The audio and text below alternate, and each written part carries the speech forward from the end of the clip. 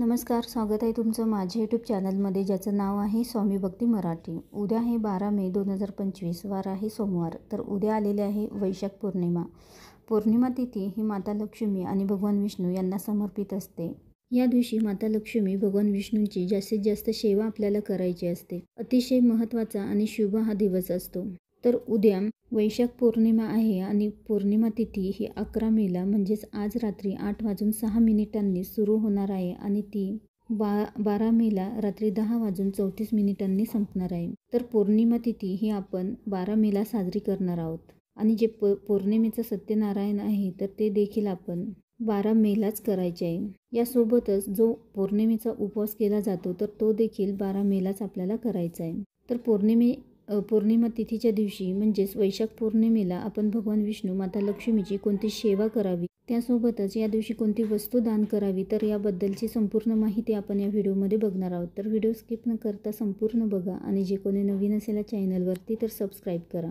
वैशाख पौर्णिमा ही खूप महत्त्वाची आणि शुभ पौर्णिमा मानली जाते। तशा तर सर्वच पौर्णिमा या खूप महत्त्वाच्या मानल्या जातात, पण वैशाख पौर्णिमा हा दिवस दान धर्मासाठी अतिशय महत्त्वाचा मानला जातो आणि त्यामुळेच या दिवशी तुम्हाला होईल तितकं दान धर्म आवर्जून करा। तुमच्या यथाशक्तीनुसार तुम्ही दानधर्म करू शकता। माता लक्ष्मी भगवान विष्णूंची सेवा या दिवशी केली जाते। जितक्या जमतील तितक्या आपल्याला भगवान विष्णू आणि माता लक्ष्मीची सेवा ही आवर्जून करायची असते, कारण या दिवशी केलेली सेवा ही आपल्यासोबत अक्षय काळ टिकते आणि त्यामुळेच या दिवशी सेवा या चुकवू नका। तुम्हाला होतील तितक्या सेवा वेळात वेळ काढून आवर्जून करा। वैशाख पौर्णिमेच्या दिवशी आपण दान करणं खूप महत्त्वाचे आहे आणि अन्न वस्त्र तुम्ही दान करू शकता। दान करताना ज्यांना गरज आहे तर त्यांनाच दान करावे। चप्पल, छत्री, कपडे, अन्न, तर अशा प्रकारे तुम्हाला होईल ते तुम्ही दान करू शकता। दान करताना अगदी मनापासून दान करावे। या दिवशी भगवान विष्णू माता लक्ष्मीची सेवा करावी।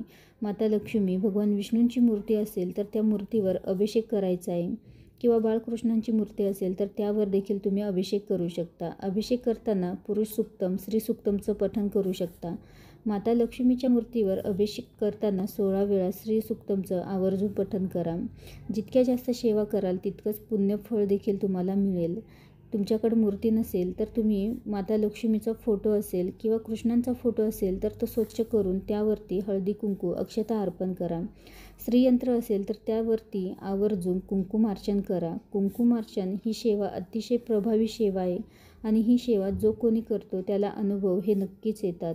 आपण करत असलेल्या कामाची मेहनतीला नक्कीच फळ मिळत असते। त्यासोबतच दुर्गा सप्तशतीचं देखील तुम्ही या दिवशी पठण करू शकता किंवा सिद्धकुंजिका स्तोत्रमचे देखील पठण करू शकता। यासोबतच या दिवशी भगवान विष्णू आणि माता लक्ष्मीच्या उच्च कोटीच्या सेवा आपल्याला या दिवशी करायच्या आहे। तर बघा, कुंकुमार्चन करताना तुमच्याकडे जर माता लक्ष्मीची मूर्ती नसेल किंवा श्रीयंत्र नसेल तर तुम्ही माता लक्ष्मी स्वरूप सुपारी ठेवून देखील त्यावर देखील तुम्ही कुंकुमार्चन करू शकता। त्यानंतर आपल्याला माता लक्ष्मीच्या आणि भगवान विष्णूंच्या उच्च कोटीच्या सेवा करायच्या आहे। तर श्रीयंत्र असेल किंवा नसेल तरीही सुपारीवर तुम्ही कुंकुमार्चन हे करू शकता। कुंकुमार्चन करताना नवार्ण मंत्राचा देखील तुम्ही पठण करू शकता। नवार्ण मंत्राचं पठण करूनही तुम्ही कुंकुमार्चन हे करू शकता। त्यासोबतच उद्या दिवसभरामध्ये केव्हाही व्यंकटेश स्तोत्राचे पठण करा किंवा श्रवण करा। विष्णू सहस्रनामाचे पठण किंवा श्रवण करा। सेवा करताना तुपाचा दिवा हा आवर्जून लावा, किंवा जो साधा तेल असेल तर साध्या तेलाचा दिवा लावला तरीही चालेल, पण तुपाचा लावला तर अतिउत्तम। यासोबतच कनकधारा स्तोत्रमचे पठण करायचं आहे। महालक्ष्मी अष्टकमचं देखील पठण करायचं आहे। श्री सुक्तमचं पठण करायचं आहे। 1 वेळा किंवा 16 वेळा केलं तर अतिउत्तम। त्यानंतर विष्णू गायत्री मंत्राचं पठण करा, लक्ष्मी गायत्री मंत्राचं पठण करा, नवर्ण मंत्राचं करा। यासोबतच कुबेर मंत्राचं देखील आपल्याला पठण करायचं आहे। तर बघा, आपल्याकडे आलेला पैसा राहावा यासाठी कुबेर देवांची सेवा देखील आपल्याला करायची आहे। कुबेर देवता ही धनाची देवता आहे, पण कधी जेव्हा तुमच्याकडे ते धन येईल तेव्हा तुमच्याकडे त्याचा साठा व्हावा, त्याचे जाण्याचे स्रोत हे जास्त नसावे व आपल्याकडे जो पैसा आहे तर त्याच्याकडे साठलेला असतो, म्हणूनच त्याचीही सेवा करणं खूप महत्त्वाचे असते। कुबेर मंत्राचे देखील आपल्याला पठण करायचे आहे। जितक्या वेळ तुम्हाला जमेल तितक्या वेळ तुम्ही हे पठण करू शकता। यासोबतच तुम्ही रोज केलं तर अतिउत्तम, त्याचं अतिशय चांगलं फळ तुम्हाला मिळेल. पण तुम्हाला रोज शक्य होत नसेल तर तुम्ही प्रत्येक पौर्णिमेला या सर्व सेवा आवर्जून करा, जेणेकरून आपल्या घरामध्ये आलेला पैसा हा कायम टिकून राहील. माता लक्ष्मी, भगवान विष्णूंचा आशीर्वाद आपल्यासोबत कायम राहील. यासोबतच सत्यनारायण देखील आवर्जून करा. खूप चांगल्या सेवा आहे. माता लक्ष्मीला उद्या नैवेद्यामध्ये बत्ताशे हे आवर्जून अर्पण करा किंवा खीर देखील तुम्ही अर्पण करू शकता. यासोबतच माता लक्ष्मीला कमळाचे फूल अर्पण करू शकता किंवा काही नाही जमलं तर अगदी दूध साखरेचा तुम्ही नैवेद्य देखील अर्पण करू शकता.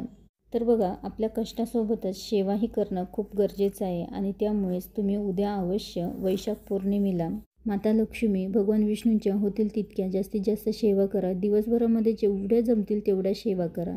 व्हिडिओ आवडला असेल तर लाईक करा, कमेंट करा, शेअर करा आणि सबस्क्राईब करा. श्री स्वामी समर्थ.